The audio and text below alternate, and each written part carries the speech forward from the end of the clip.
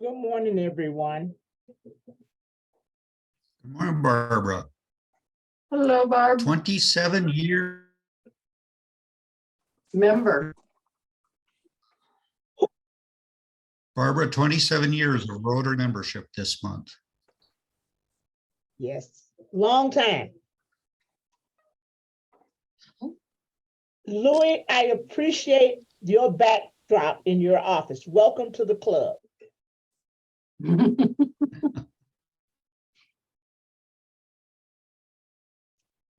I know where everything is too. I'm with you. I would have to have medical attention should I have an office like some people where it's so needed, just makes me sick. It's very used.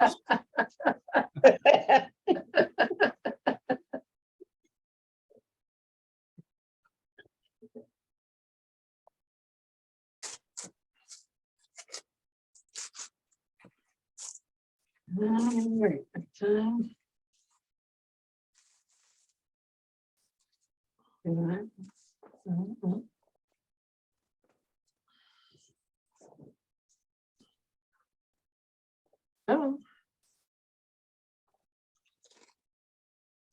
Oh. We're getting ahead of ourselves.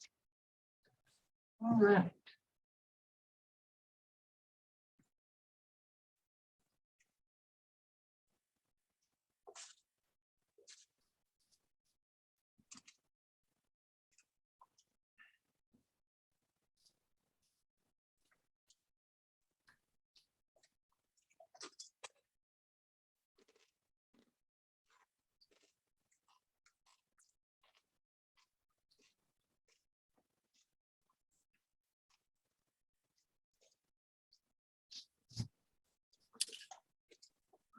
And I will wait one more minute.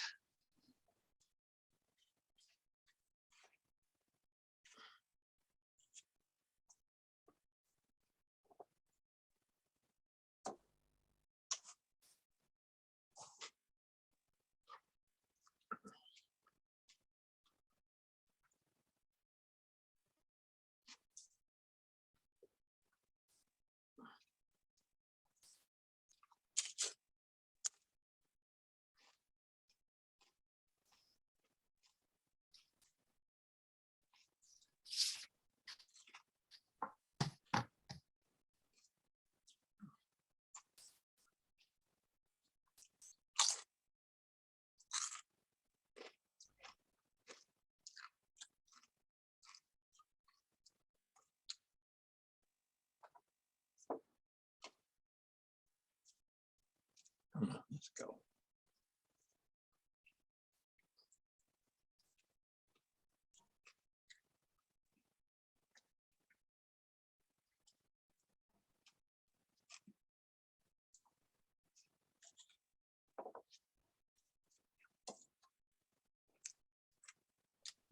Come on, come on. Karen, do we have anyone hanging in the wings? Are we all?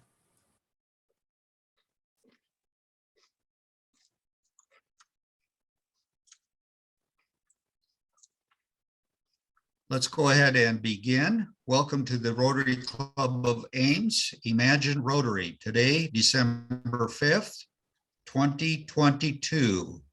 If you would, those that are able, please stand for the Pledge of Allegiance. I pledge allegiance to the flag of the United States of America and to the republic for which it stands, one nation under God, indivisible, with liberty and justice for all.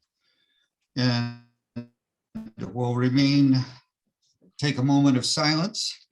Today, I'm thinking we don't have anybody of note that we've been informed in Rotary. So let's again just think of those during this holiday season that are less fortunate than us, and our nonprofits that reach out to these individuals and in so many different ways, and be thankful for all that they do as well. So we'll take a moment here.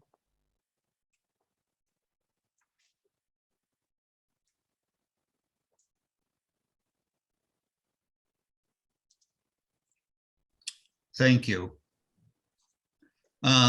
Guests, we have Don with us. It's exciting, so I welcome you to joining us as a prospective new member. We're very excited about the opportunity to officially bring you into the club. And with that, I think we are ready for a song. Okay. This last weekend, I'm going to take a few seconds. This last weekend, there were all kinds of activities going on in the world around here. Games, concerts. There was Ames Children's Concert. Many colleges had online concerts. ISU had a Christmas festival concert. There was a tuba Christmas, and the Good Company, the women's chorus, sang to a packed house at St. Andrews, and the Ames Chamber Artists, with which I sing, joined them on their concert to sing a couple numbers and a couple of joint numbers. We will be having our concert on the 17th of December at Collegiate Presbyterian Church, and Good Company will join us again, and they will sing a couple numbers on our concert and join us for a couple of joint numbers. So I invite you all to the Ames Chamber Artists concert on December 17th at 7:30 at Collegiate Presbyterian Church. So now it's early in the month, so I'm going to say Merry Christmas to you, but I'm going to leave it to John Christie, who's going to have the song in a couple of weeks, and he'll let him sing whatever he wants for Merry Christmas to you. But we'll go with just the old welcome song today. Welcome to you from Ames Rotary, Nevada, London, or Gay Paris, from far off lands or the USA. We're glad that you are here today. Come back again whenever you're near. Join us and then we'll make it clear. Around the world you will always be welcome at Rotary. Thank you, Louis. Much appreciated. Well, today, being the first meeting of the month, we have a few celebrations to reach out for. And today's December birthdays, we have 13 individuals. You can take a moment to read those. And we typically don't sing a happy birthday or anniversary online, so we won't. And ironically, we also have 13 December anniversaries occurring this month. So take a moment to skim down the line and reach out to those that you know and wish them the best this month.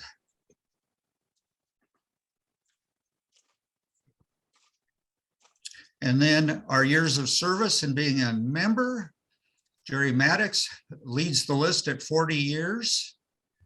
And Sheila Schofer brings up our newest member for December at 3 years. Again, thank each of you for your participation and your membership.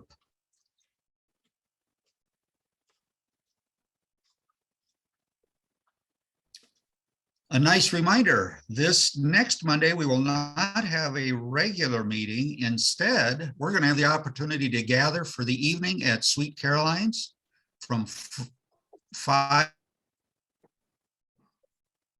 until 7. That's Monday, December 12th. You can see the address, and we'll provide appetizers, non-alcoholic beverages, but there will be a cash bar available. So we'll look forward to everybody being able to join us next Monday night, and please bring a guest, and we'll just enjoy a nice time of fellowship together.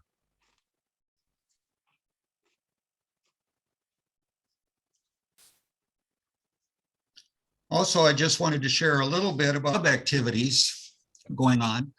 We're adding a Monday evening club, as you're aware. And those that would like to know more, please reach out to us. You have our park and my contact information there. We're planning to meet at Sweet Caroline's, and we'll do that the second and fourth Thursdays of the month. And we're looking to anybody that would like to come along and help mentor as we start that club. It's an hour-long meeting, 5:30 to 6:30, no meal, but you're more than obviously encouraged or invited to do what you want. And we would like any names that you might have that might want to also participate or look at Rotary membership, where a Monday noon may not work well for them.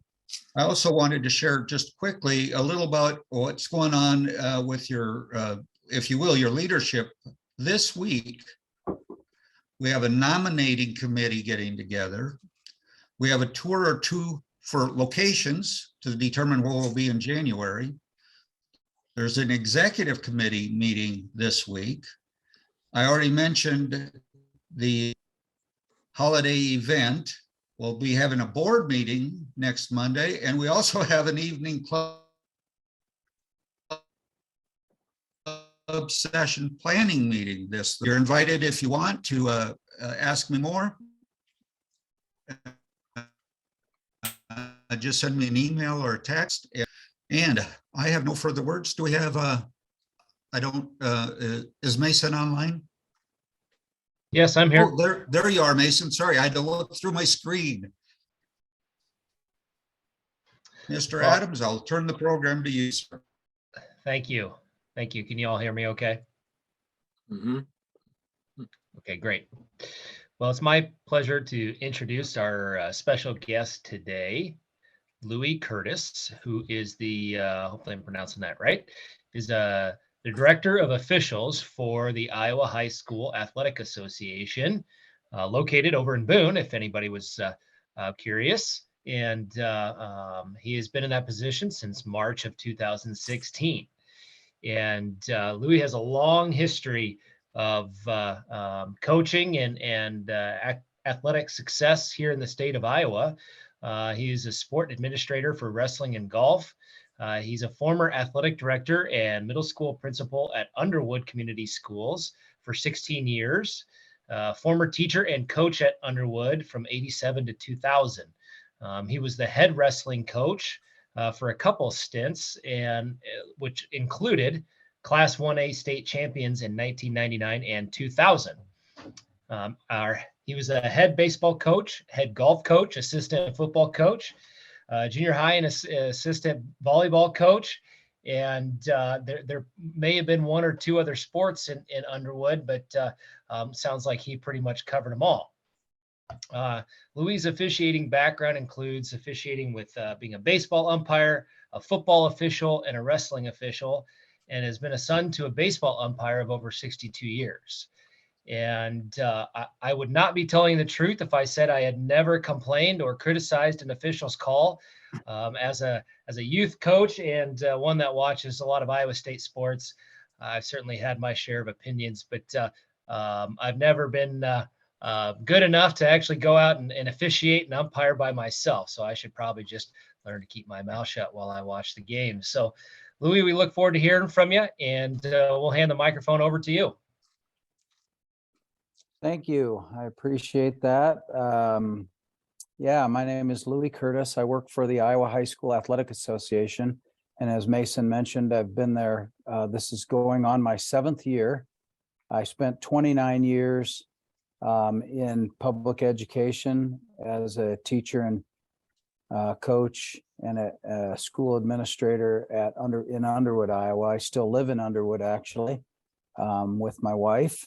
We have 3 grown kids, and my wife is in her first year of retirement after having been a school teacher for 35 years. So she's excited for that.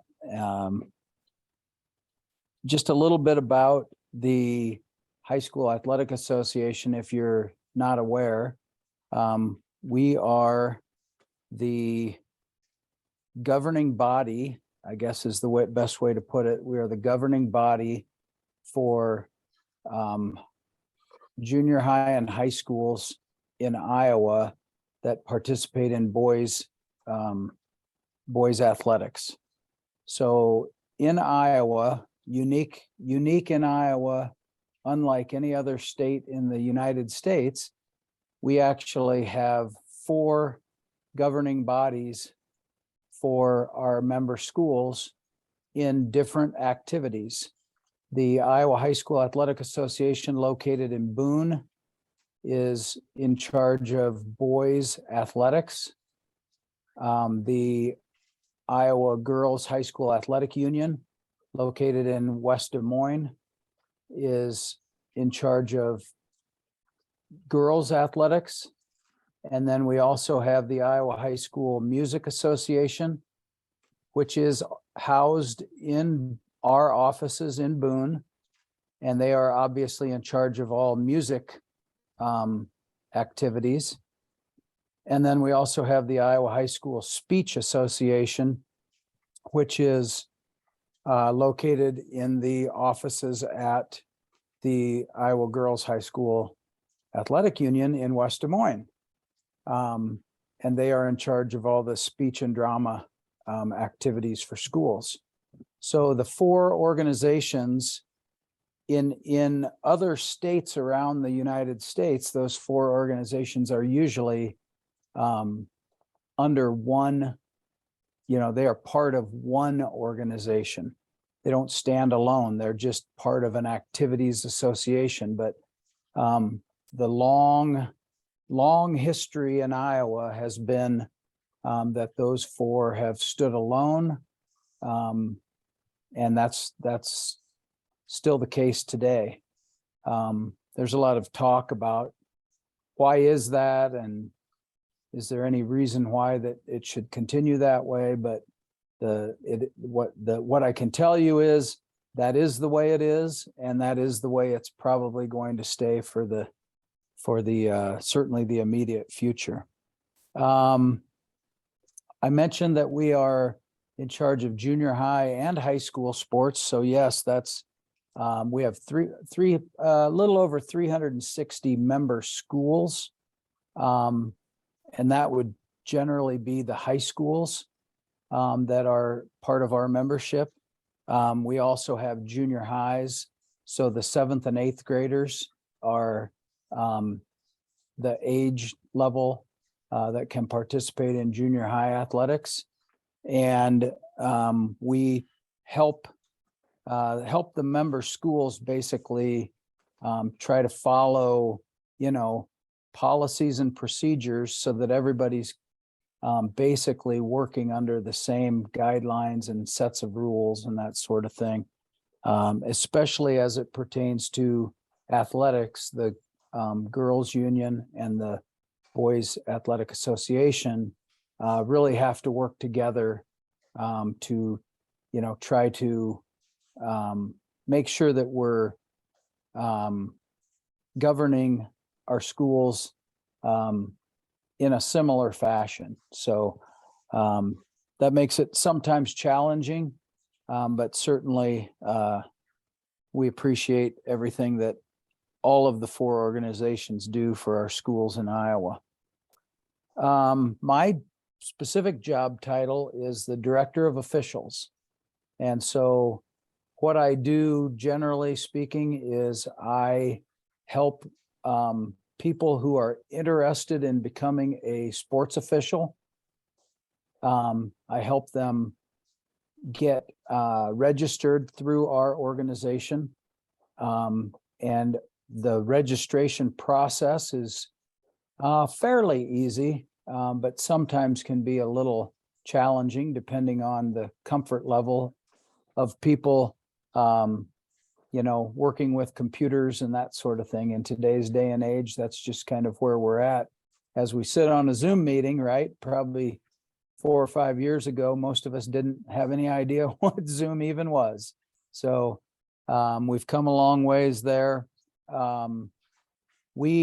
To be registered as an official, the number one thing that you have to possess is a desire to do it. And if you have a desire to do it, then we help them complete the process. That process is, like I said, pretty simple. They basically create an account and say, I want to be an official. They pay a fee, a yearly fee, to become an official. And then once they do that, then they have a couple of other tasks, one being that they have to view a rules meeting, and it's an online meeting that basically is just a video to watch, and it talks about some of the basic rules of the sport. It talks about some safety and health protocols that everybody has to follow, and just kind of gives them the very general outlines of their sport. And then following the viewing of that rules meeting, they then have to pass a rules exam. The exam itself is an open book test online that they can take at their leisure. They have to pass with above 75%. So they have to have a fairly decent knowledge of the rules of the game. That doesn't mean that they can immediately go out and apply the rules properly. It still takes a great deal of studying and practice and perfecting that before they're really, quite good at it. There are other opportunities for officials to further their education in this avocation. We provide some in-person officials clinics where we go out and work with the officials, in person. We also provide some online opportunities that hopefully help them get better at the craft and hopefully enjoy it as well. Not just be good at it, but hopefully have some fun at it too. We have basically somewhere between 4,000 and 4,500 registered officials pretty much every year in Iowa.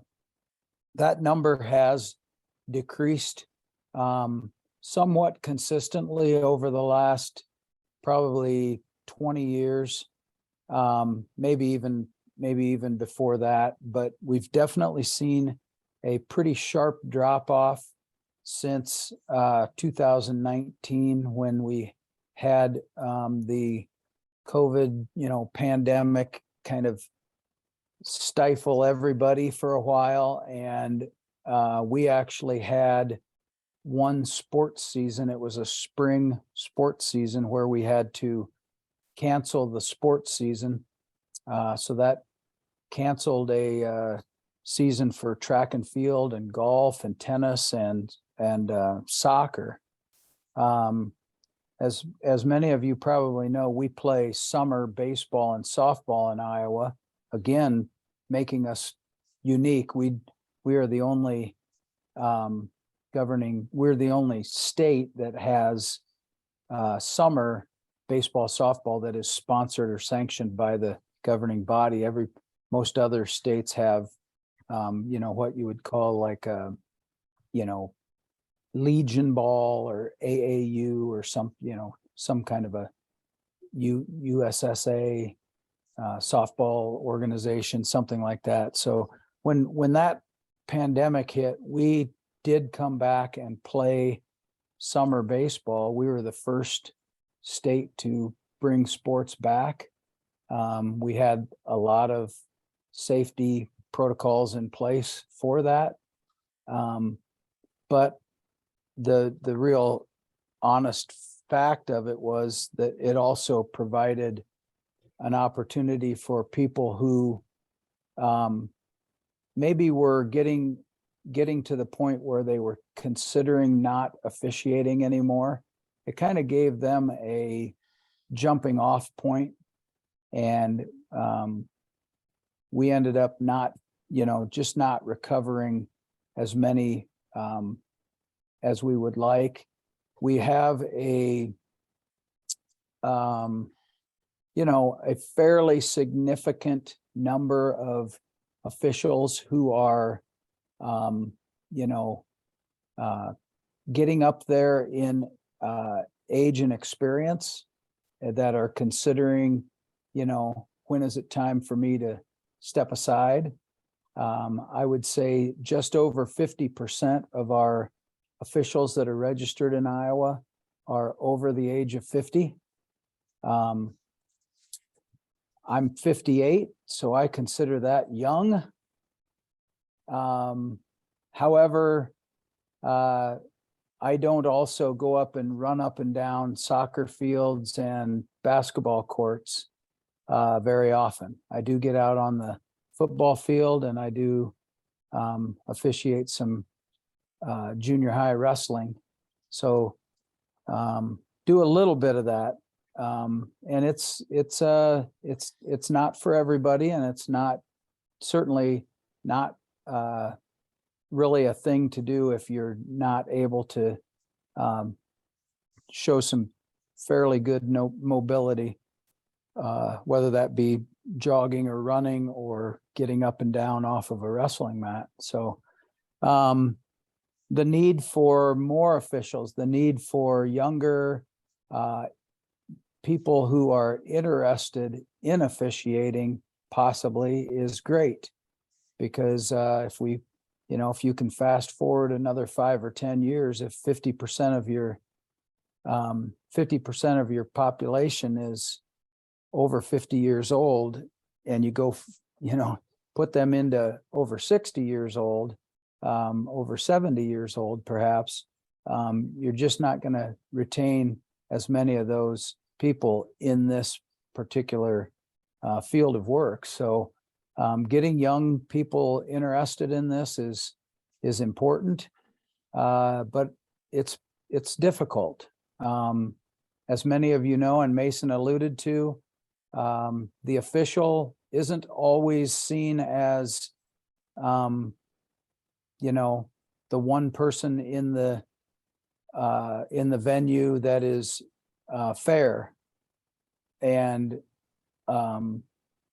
even though by nature they are the one person who's trying to be fair, who's trying to not care about who's winning the game, they're really there to try to make the game fair for everybody involved and keep the participants safe, and do the best job that they can do to make the right calls, and also interpret rules correctly, so that the people that are participating have an equal and fair chance to see who the better team is, or the better contestant is. And that's one of the main goals as an official, is just to figure out ways to keep it fair for everybody involved. So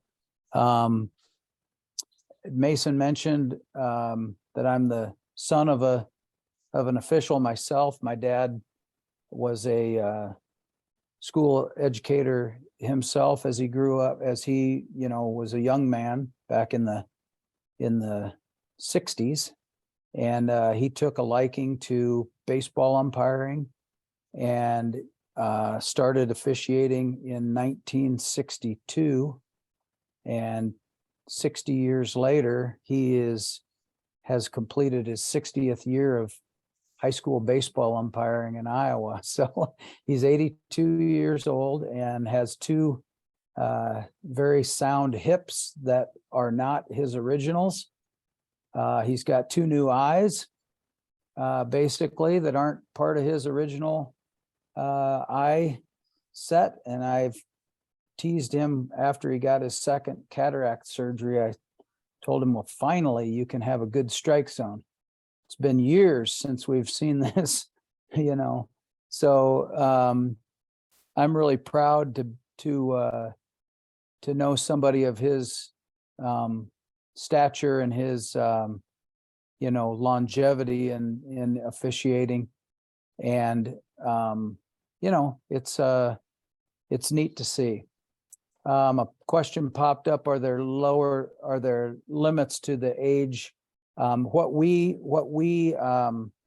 look for is kids that are in high school is where we will register kids. So if they're a freshman in high school and they have an interest in trying to become a registered official, we tell them yes, they can.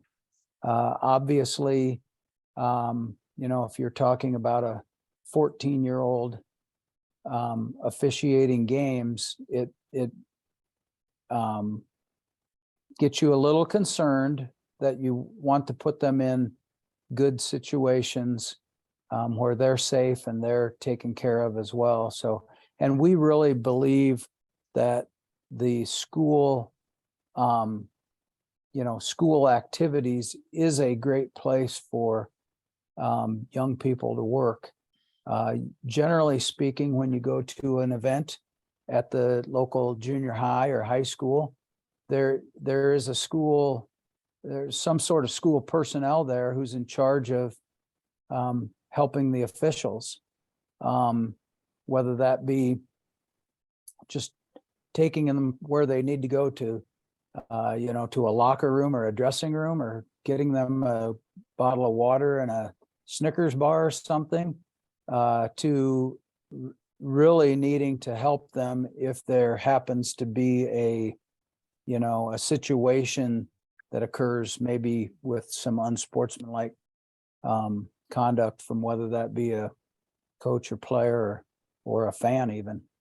So we encourage those kids to do school sports. Not all youth level sports have that same sort of supervision. A lot of times the youth level sports might be just a bunch of parents that are organizing their team and coaching their team, and there's not maybe somebody overseeing the whole event. So we like that. We like to encourage kids to be involved in that if they can. We try as best as we can to help give them some sort of mentoring or guidance in getting started. That doesn't happen 100% of the time, but if we have anybody that expresses interest in just getting some sort of help, we will pair them up with an experienced official in their area and try to have that person be somebody that they can bounce ideas off of and advocate for that youngster.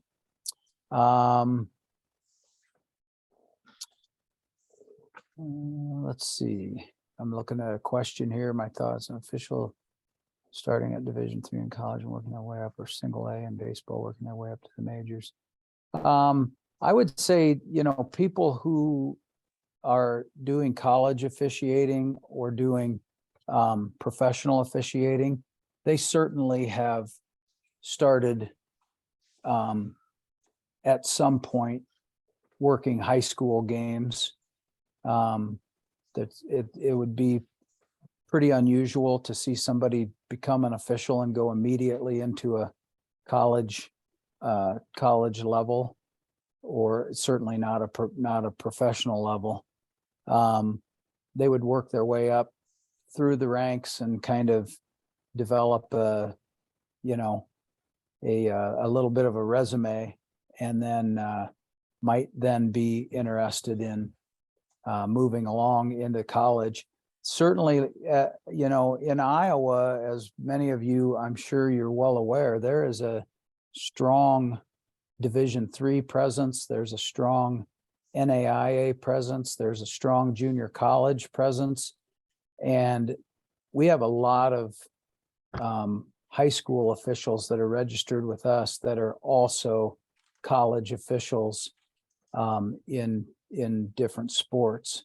So that's definitely not unusual at all. If people have that desire, the colleges, quite frankly, they are looking for officials just as much as we are. There's not as many, schools out there that are colleges and universities as there are high schools. So maybe the need isn't as great as far as just a raw number, but they are also looking at people that have a little bit more experience and a little maybe higher caliber of expertise. Question for me, what has been your most gratifying experience as a game or meet official and as an officiating supervisor? I would say, my probably my greatest as a game or meet official has simply been just the interactions with your colleagues, the people that you work with, the other officials. Those people, and I think if you talk to any official who's been in it long enough, they would tell you, those people that you work with, they really become your friends. They become lifelong friends. And I think that's the most gratifying part, is that you develop friendships with people that you work with, because you have a common interest in something, and that's what you gravitate towards. As far as an officiating supervisor, I think for me, it's always, there's two things that stand out. I am also the sport administrator for the sport of wrestling in Iowa. So I'm in charge of setting up district wrestling tournaments, the state wrestling tournament. For those of you that maybe don't know, the state wrestling tournament in Iowa is a pretty big deal. We sell out the state finals and have for many, many years. We have about 16 or 17,000 people that attend that event at Wells Fargo Arena. Used to be Veterans Memorial, I believe, in Des Moines. I think what's most gratifying to me is when two things happen. One is when we bring in an official who is working the state tournament for the first time, or maybe working the state championships, the finals matches for the first time, and seeing the excitement that they have, and the sometimes it's the fear in their eyes a little bit, or the enthusiasm that they're exhibiting to be able to do that. And then I'd say the other thing that has been really neat is being able to recognize the officials who are stepping away, who this is going to be their last time, and being able to really have a moment where their friends who are in the locker room, and this is kind of behind the scenes, nobody really gets to see this except those couple dozen people, kind of saying goodbye and congratulating their friend who's been doing it for a lot of times 25, 30 years, and being able to be a part of that is that's pretty neat. Incidents of fans and players attacking officials increasing. Is that increasing? Honestly, I would say it's not. I wouldn't necessarily say it's increasing, but definitely the ability for everybody to see it happening is increasing. So I always tell my officials at the wrestling tournament, you have to conduct yourself at all times, whether that's on the mat, in the back hallway, at the restaurant later that night, in your hotel lobby.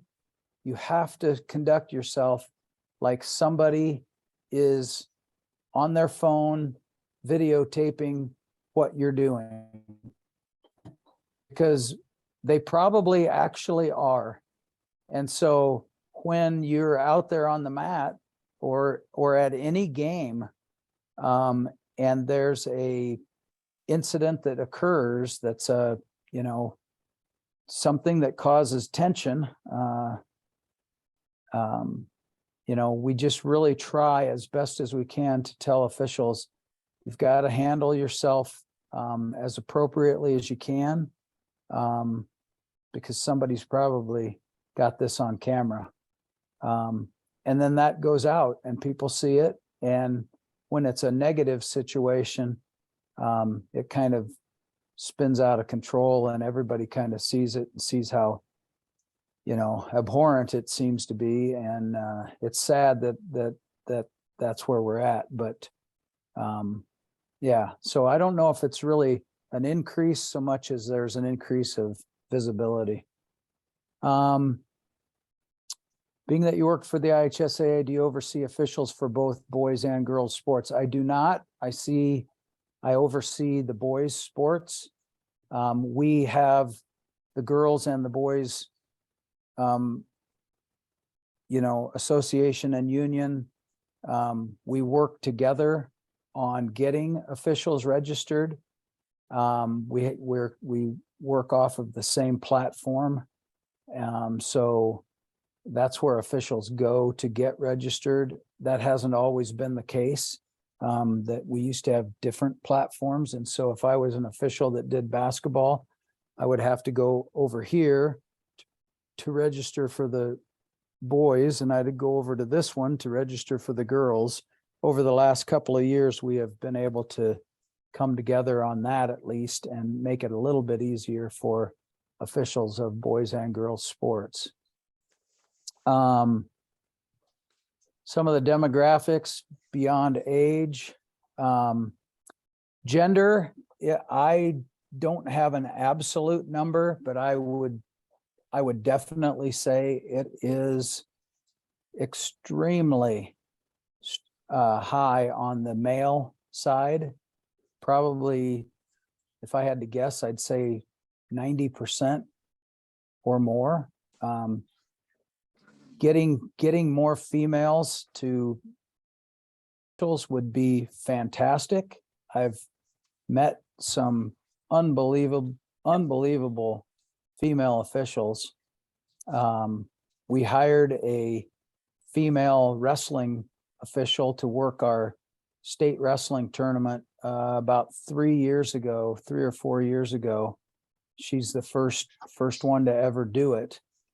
And then unfortunately she moved to Colorado, and we don't use her right now. She's kind of going back and forth between Colorado and Iowa, but during our tournament season, she goes back to Colorado. So we haven't been able to keep that going, but hopefully we did. The girls union did just sanction girls wrestling. And so hopefully that will increase. We can get an increase in some of the females who are becoming wrestling officials. Obviously, I think where most of the female officials reside would be in the some of the girls' sports, volleyball officials, softball officials, some basketball officials, but we could definitely improve with regard to that. Race as another one, probably a really, really high percentage of Caucasian, white, male. And that's again another area that would really be nice to be able to change that somehow. Iowa is not, it's not a super diverse population, but that doesn't mean we shouldn't be working toward that. Still working jobs versus retired? That's a great question. I don't have any information on that. I would be totally guessing.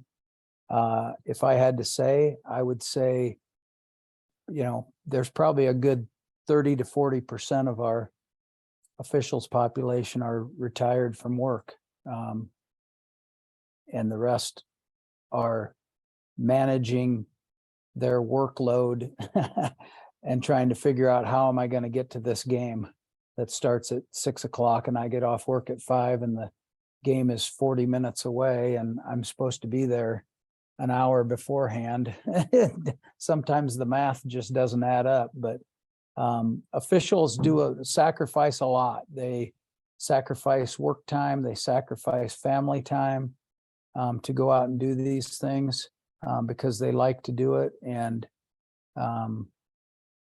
so we're very grateful for them. What impact has gender identity had on officiating? good question. I don't know. I don't know if if I have any kind of an answer for that at all. Yeah. My grandson officiated soccer in Michigan for rec leagues, club tournaments beginning at age 13. Could recruits for officiating be started this way in Iowa? Certainly, and they actually are. Soccer is a very big sport where young officials are recruited to work some of those recreation leagues and tournaments that they have. And they do have a lot of young officials that do that. We have, because of summer baseball, and softball, we have a higher percentage of young officials, young high school aged officials who will do baseball, softball, because they can go out and work games, like during the day. They might be on the baseball team, but they can go work like maybe a freshman baseball game at 10 o'clock in the morning, or a junior high game at 11 o'clock in the morning, and still go to their games that night, or go to practice that night. So we do see a little bit of that.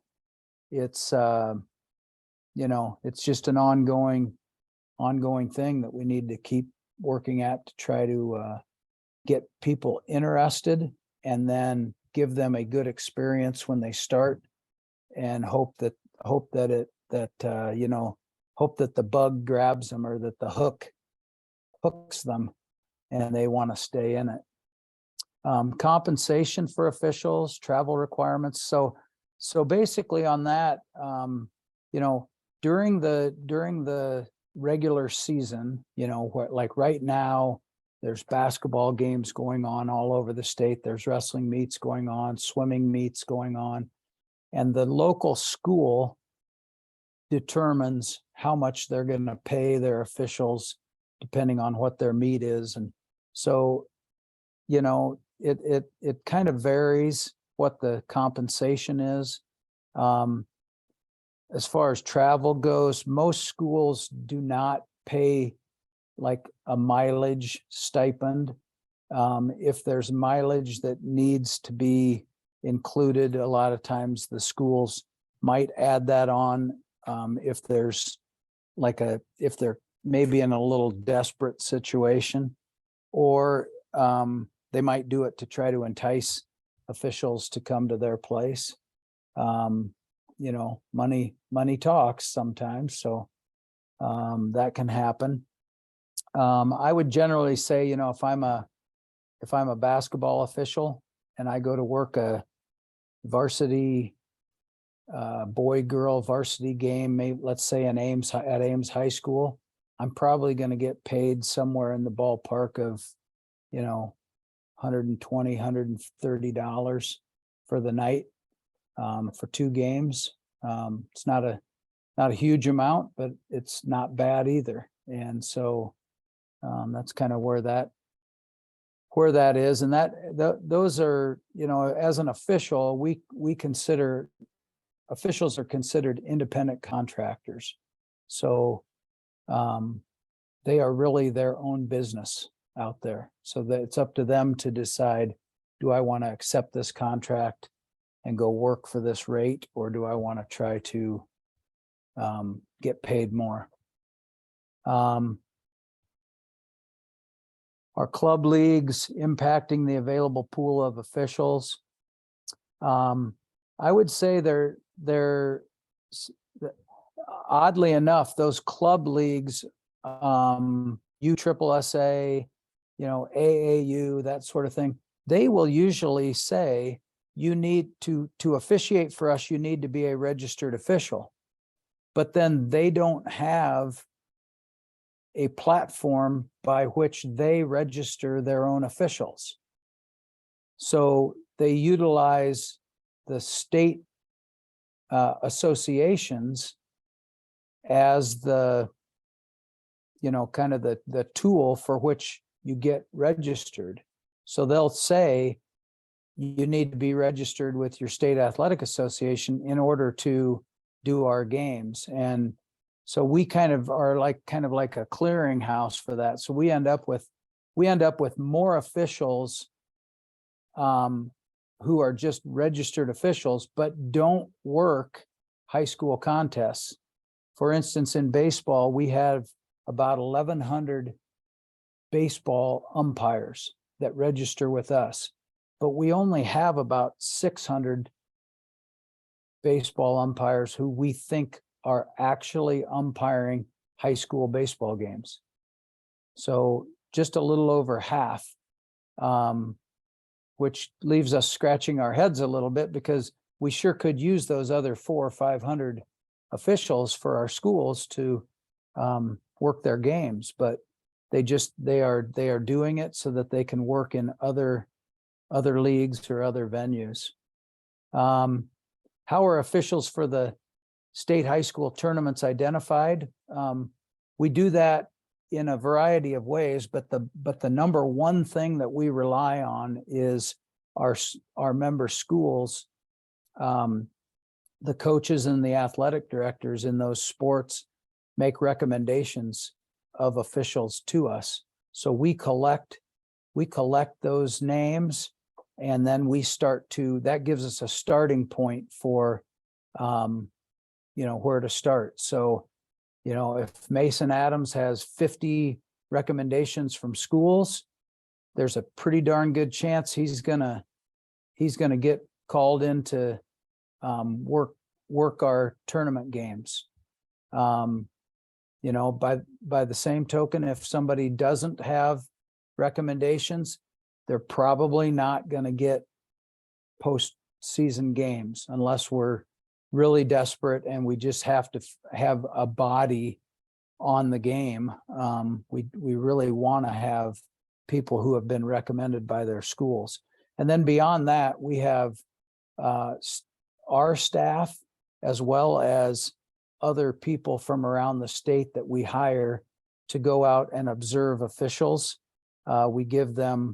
Sometimes we give them evaluations of their work, and other times we simply observe them and kind of give them some feedback, and try to give them some ways to consider improving and that sort of thing. So we use those observations as well.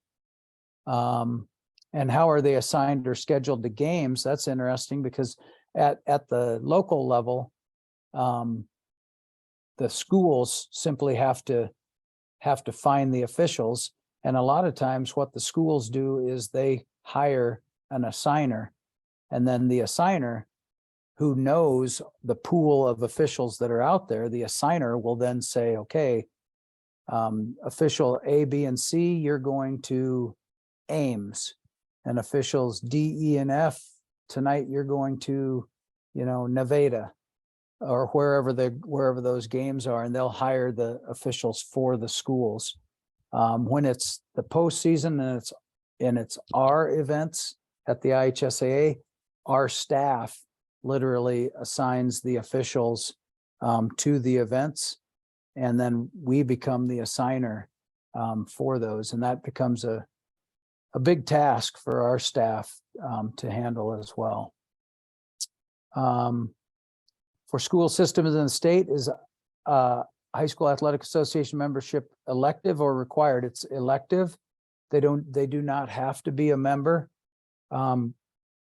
We really are the only governing body, the Girls Union and the Athletic Association. We're the only two governing bodies really for schools in Iowa. So, they pretty much all belong to us. Not all schools do. There are some really small schools that are, maybe like a small Christian school or something like that, that just doesn't really offer much for athletics. They might not join our membership. But for the most part, I'd say 99.5% of the schools in Iowa are members of the Girls Union and the Athletic Association. So, gosh, a lot of talking there by me. If there are any other questions, be glad to answer them.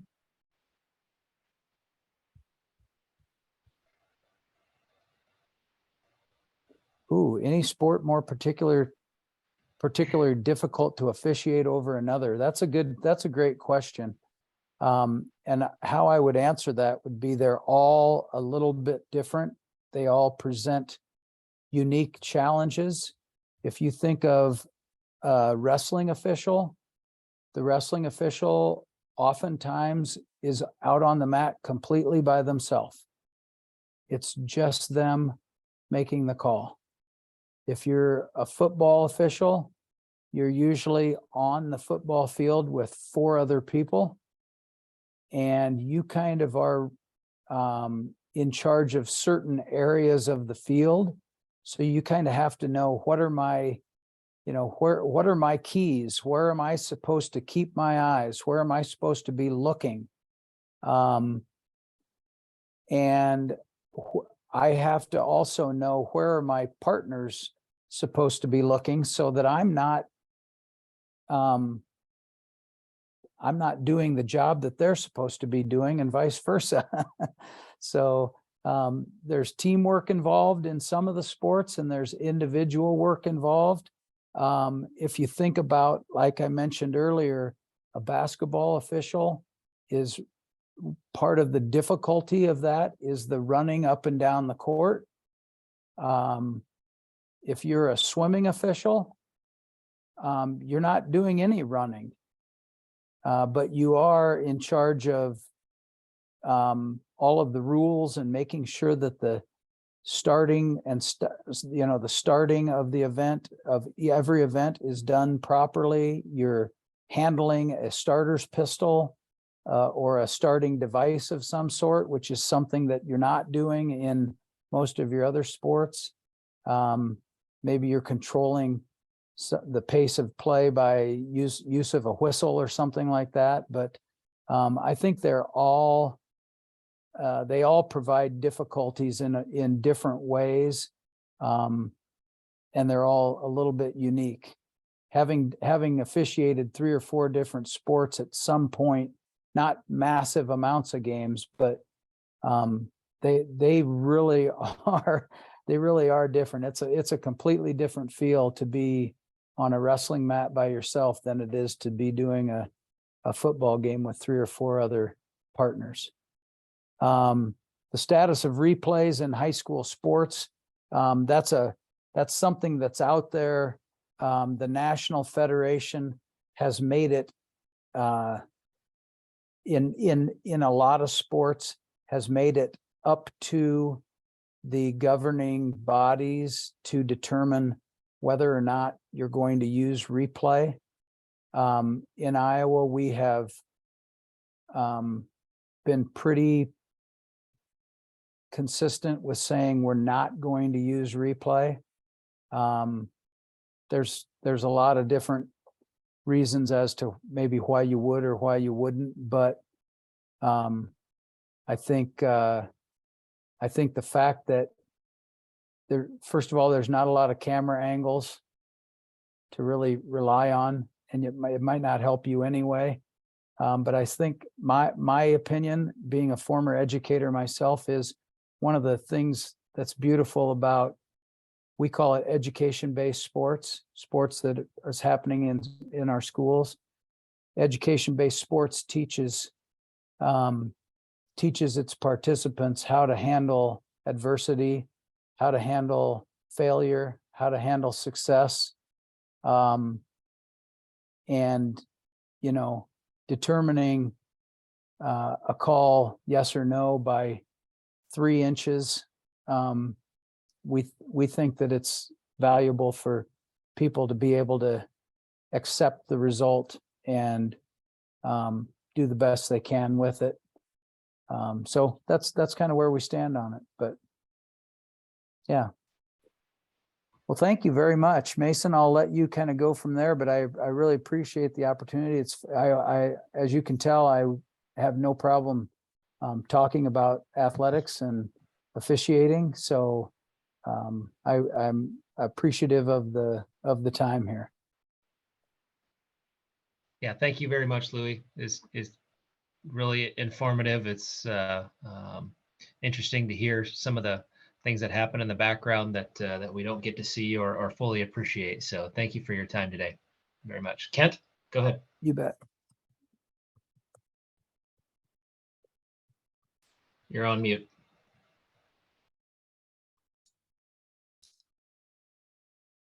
People prefer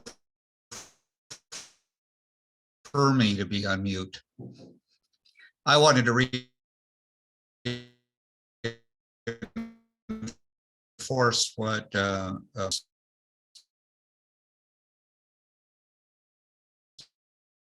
Louis. Our theme this year, challenge and opportunity.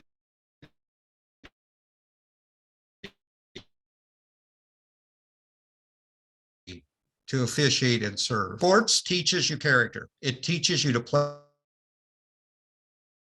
by the rules. It teaches you to know what it feels like to win and lose. It teaches you about life. From Billie Jean King. And Louis, you reinforced that with your comments, statements, and your dedication. Thank you. Well, with that, let's conclude with the four-way test.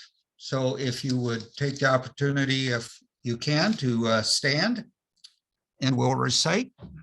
I'll wait for the slide here, Karen.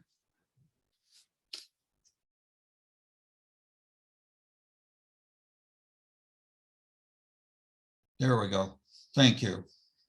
Of the things we think, say, or do, is it the truth? Is it fair to all concerned? Will it build goodwill and better friendship? Will it be beneficial to all concerned? Plunk, you are dismissed. Thank you all.